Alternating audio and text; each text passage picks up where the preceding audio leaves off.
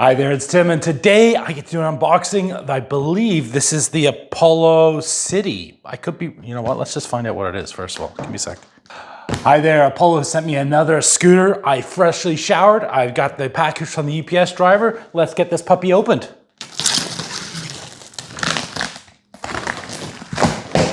It's a box inside a box. So it looks like it's gonna be the Apollo City. That's exciting. Box up on top here. Let's see what's inside. Feels like a charging brick. Oh, it's a big one too. Nice new charging brick. And it happens to be a 3 ampere. So a really big one. A really big one.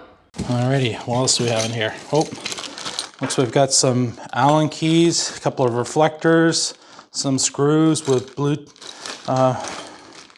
Loctite on there, and one, what do you call these things? Manual? Yeah, one manual. Pull this scooter out.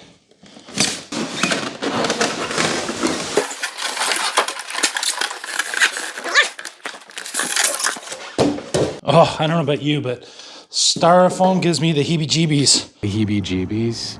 Ma'am, is this your 90th birthday? Okay, let's lock this into the place. Untangle the wires.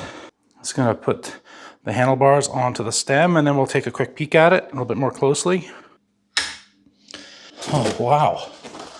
This looks really nice.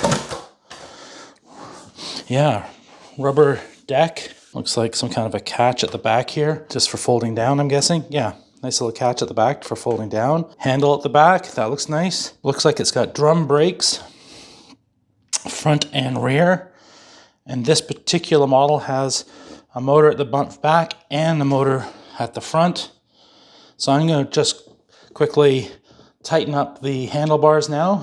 There appear to be 2 screws down at the base here that I need to put in, and they're nicely stored in that plastic bag that it came with. And let's just peel this off as well. Oh, you know what? It's gonna be a QR code on the top here. So what I'll probably do is scan that with my phone afterwards, but just gonna peel that off. That's always satisfying. Excellent. You know what? Let's just turn this on and see what happens. What could go wrong? Nice quick. Oh, neat. Oh, it's got indicators. That is why you fail. So actually on the handlebars itself, there's an indicator button. So I'm gonna press it on the left here. And it flashes on here. And here it is at the back, flashing. Very nice. Melissa, if you don't mind, you're gonna take a look at the back here as well while I turn the indicator off. And it's got double suspension at the back. Nice big tires.